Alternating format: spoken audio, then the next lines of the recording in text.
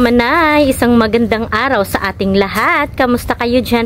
Sana ay nasa mabuti kayong kalagayan. Dahil kung ako ang inyong tatanungin, okay naman ako. So sa mga bago pa pala sa aking YouTube channel, please subscribe my YouTube channel and click the notification bell para updated din kayo sa aking next video.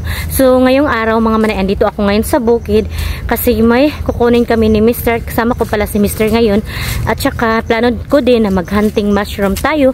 Magkukuha tayo ng mga friends, yung pako na pwedeng makain. Gabi kasi kung nagkidlat, so sure na may mga mushroom talaga na tutubo. So tingnan natin kung mayroon talagang mga nagbagong tubo na mushroom. Mga nakaraang araw kasi daming nagkidlat-kidlat. So tingnan natin ngayon. So dito pala tayo, dumaan pala tayo sa puntod ng aking lulo at lulo ni Mr. So ayan. So babay muna lulo at lola. So ayan yung napakalinis ng paligid mga manay. O ayan. Ayan. So naglinis na mga manay kasi November 1 ay araw ng mga patay. So pupunta sila dito yung mga pamilya ng aking Mr. So dito kami dadaan mga manay. May nakita akong limonsito mga manay na ano siya ba? Hindi siya mataas pero madaming bunga. Ayan oh. Ano yan? Bisag mo buar siya nga limonsito kas dagan kay bunga kabs na ah. Oh, mga mangkustin. Ayan mga manay, ang daming bunga ng limonsito kahit hindi siya mataas pero ang daming bunga. Ayan si Mr. Kasama ko si Mr. dito mga manay sa bukid. Kinsa na tanom kabs? Kinsa na tanom? Tanom ni mama. Agi pa tanom niya? Dagkay bunga ba? Nindot, no? Ayan. Maganda siyang na limonsito kasi madaming bunga kahit hindi siya mataas. Ano lang siya ba? Hindi siya tumubo na mataas talaga. At ayan yung mangustin mga manay. Ang daming bunga. Pero madami ding nahulog. Ayan oh. Bakit kaya nahulog to? Kasayang kabs. Ayan oh. Nasa baba lang yung mga bunga nila. Ayan. Ang daming bunga mga manay. Napakasarap nitong mangustin mga manay. Ang dami ding benefits kasi nakakaano din to sa mga sakit. Ayan oh. Nakakagaling sa mga sakit. Lalo na yung may mga cancer, yung ano niya, yung balat ng mangustin, pwede yan siya isabaw. Basta pakuluan siya, isabaw naman hinon. Pakuluan siya tapos inumin mo. So yun ang inumin, yung inumin ay nakakatulong sa mga sakit-sakit. Basta yun mga manay, may research yan. May research na itong mangustin madaming benefits, nakakatulong sa health. Ayan o, tatlo tong punuan na to. Ayan, isa, dalawa, tatlong mangustin. So plano namin ni Mr. doon kami magpako. Doon banda mga manay. At meron din doon. Malawak kasi to na lupa. Ayan. Tapos punta din kami sa sagingan kasi magkukuha kami doon ng mushroom kasi mayroon doon sa sagingan ang mga mushroom na nagtatago. Ito mga manay, ayan. Yung mga malalaki lang yung kukunin ko. Dagkay bunga ba? Ang daming bunga mga manay. Masarap to i-juice. Ang taba din niya kahit maliit siya na limonsito pero super ang taba. Harvest tayo ng limonsito. Wala, gani talaga ba? Tama na siguro ito. Yung mga malalaki lang kunin natin. Ayan.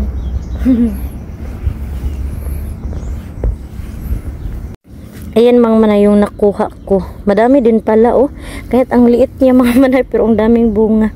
Yung mga malalaking limonsito lang yung kinuha ko. Sa palengke ang mahal ng kilo nito. So dito tayo dadaan mga manay.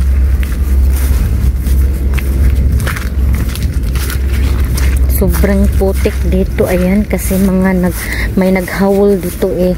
Yung nag-ano ba, bira ng mga palkata. Ayan, kakakuha lang kasi ng mga palkata dito mga manay. May harvest ng palkata. Kaya ganito yung hitsura ng daanan natin, maputik. So punta tayo doon sa unahan kasi kukuha tayo ng mga ferns o pako sa Tagalog. Ayan, napakaganda ng hangin dito mga manay, presko talaga. Kasi kung sa syudad ka Manilahan, hindi na presko, polluted na ang hangin. Kasi dahil may mga hangin na nag-aso sa kanilang tambutso, kaya sa mga nagpapaaso ng kanilang pagkain o mahaling ba sa apoy, kaya hindi na fresh yung hangin sa syudad.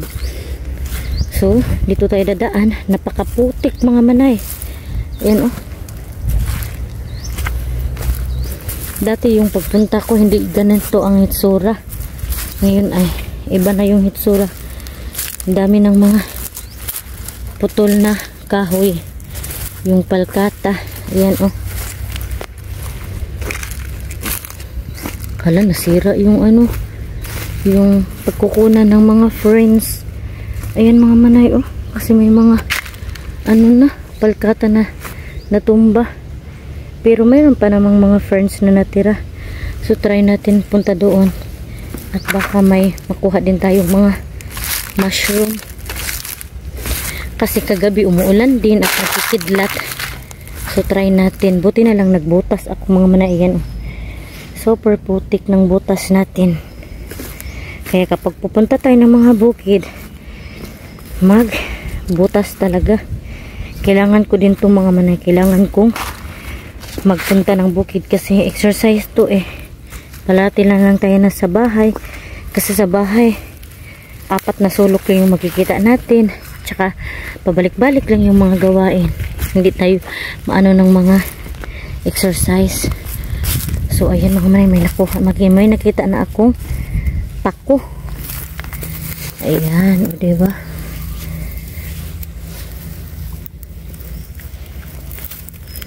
Ito yung pako mga manay. May ibang pagkain din ng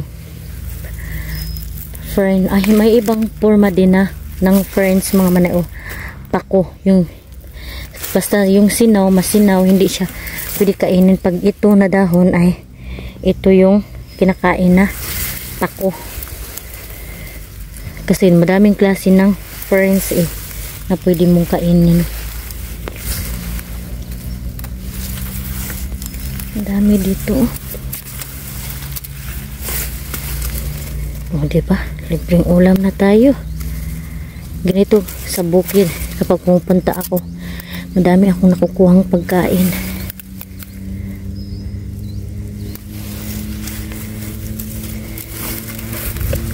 Ito ang advantage kapag nasa bukid ka, madami kang nakukuhang pagkain. Kahit natumbahan ng palkata mga manay, may nakukuha pa din tayo. Hindi ko kasi kasama si Mr. kasi may ginagawa siya doon banda.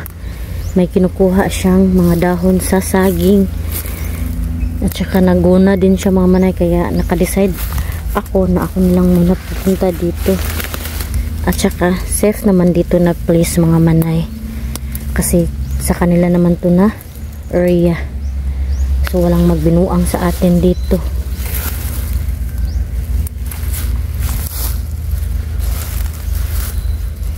Kailangan ko din to sa aking health, yung mapawisan tayo ba. Masaya ako mga manay pag nagpasyal-pasyal ako sa mga bukid, kasi napapawisan ako.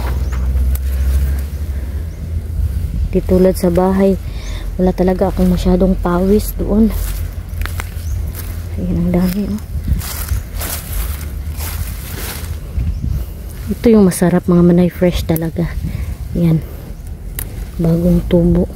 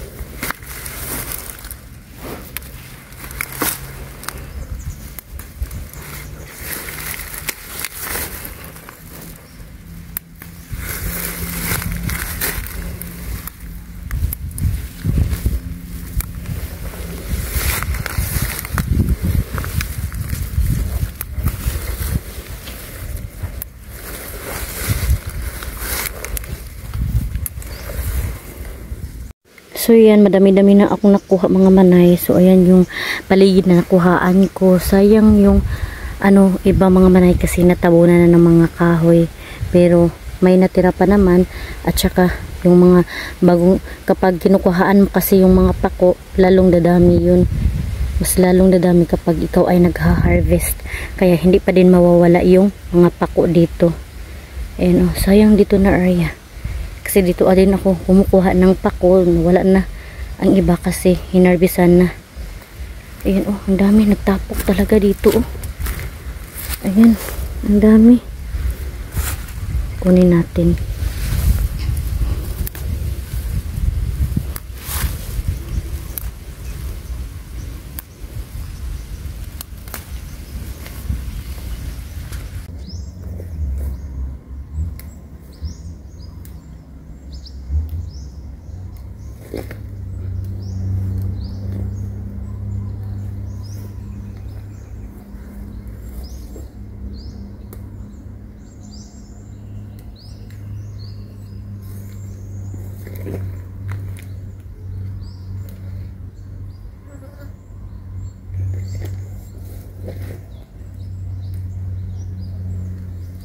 Ayan mga manay, ang dami ko nang nakuha. So balik na ako doon kasi maghahunting mushroom tayo doon sa sagingan. Balik tayo sa ating ginaanan.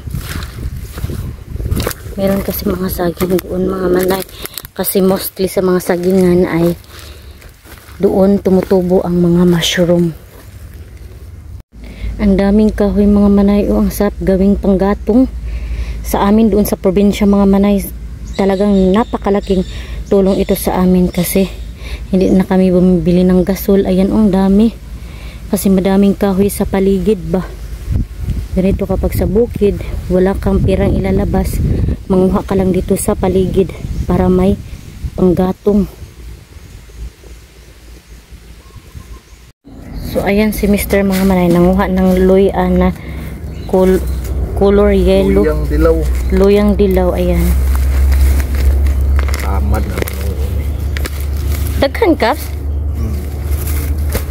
nadugmok luya din na siya. Luyang dilaw mga manay. Ayan ang dami.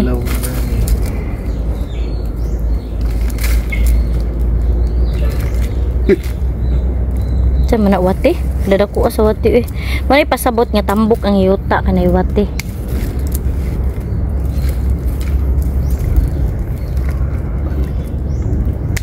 Ang dami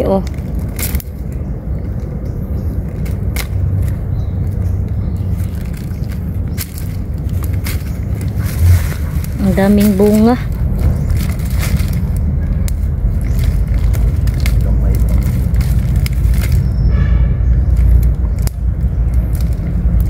Yellow ang color no.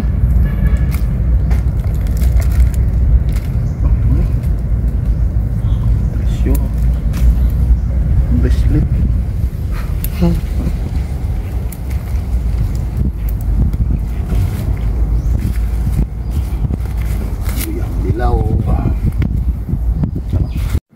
So pupunta kami doon sa sagingan mga manay. Ayan si Mr. Natapos na siya sa kanyang ginagawa.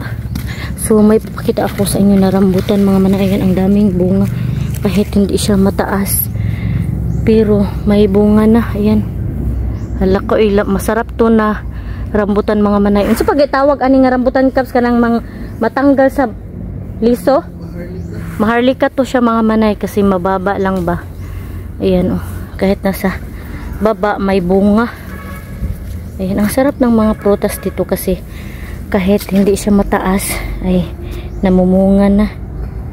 Ayan so punta kami. May bagong tanim na tanglad din dito Ayan. Yung caretaker ng aking binan tinamnan ng bagong tanglad. Ayan din may mga rambutan din dito. Ayan daming bunga. So dito tayo dadaan. Asa maagihanan din no? Yan ang tanglad si Mr. Dito mag-try tayo na maghunting mushroom tayo dito mga manay. baka may mga tumubo kasi yung mga mushroom tumutubo talaga yan sila sa sagingan. Ayan oh, ang danging sagingan. Lah, basig na yung mga irok kabs. Kinaibalay. Dito dahil. Diyan kasi tumutubo yung mga suok-suok ba. Ayan, wala.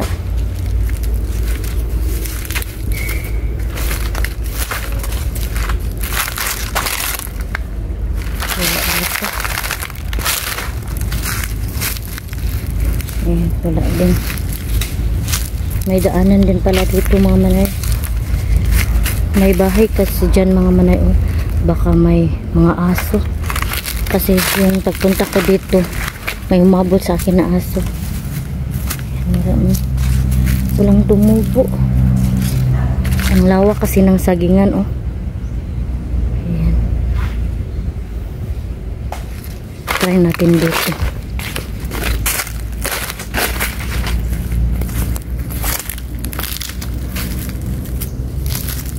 Ang daming kuan mga manay, bulaklak na ganyan oh. Sa Manila mga manay, kung hindi ako nagkakamali, binibili ito. Ayan. Pero dito kusang tumutubo lang. May saging eh. Pero wala ng puso. Ang sarap nito gulayin. Tingnan natin dito, baka may tumubo na mushroom. Wala. Kasi mostly mga manay sa mga dahon-dahon yan o kaya sa mga naputol na saging dito.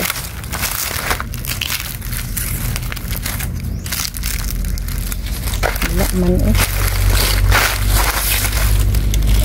Dati mga manay nakakuha ako doon sa kabila. Wala man.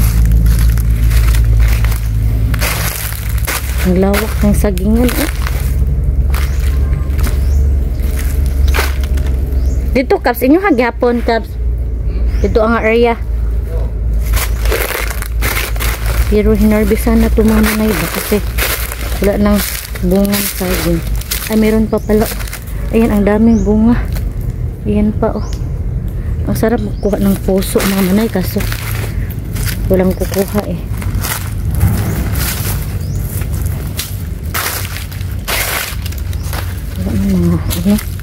Walang mushroom mga manay.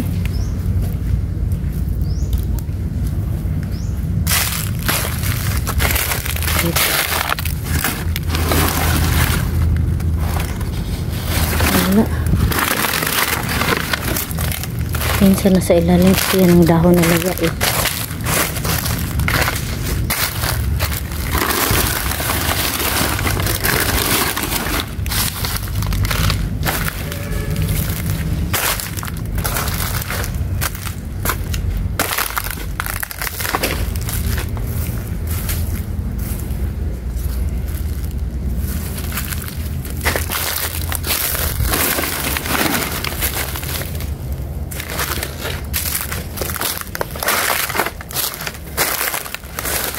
Linis ng sagingan. Walang mga madumi.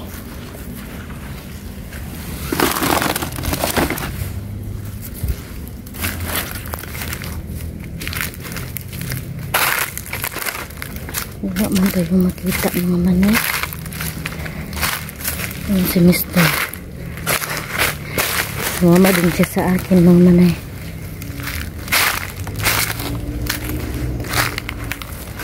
Wala Kaps no? Parang negative tayo na makakuha ngayon.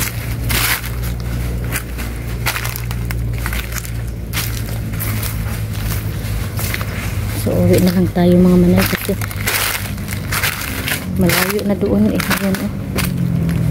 Baka matrespassing tayo nito.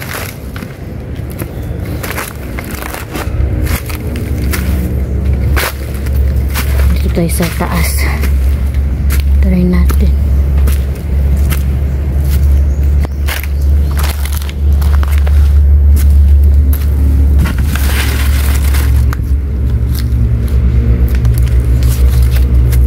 Wala no? Walang tumubo. Literal, baka kinuha na ng iba. Kasi yung mga nakaraan kasi mama na nakakuha ako dito.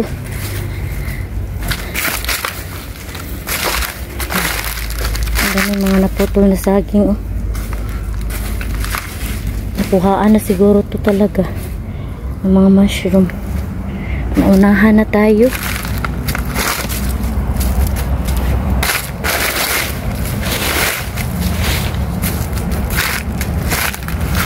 So ayan, uwi na kami ni Mr. kasi negative, pero at least kahit paano may nakuha tayong pako at saka lemonsito at saka tangalad. Ayan.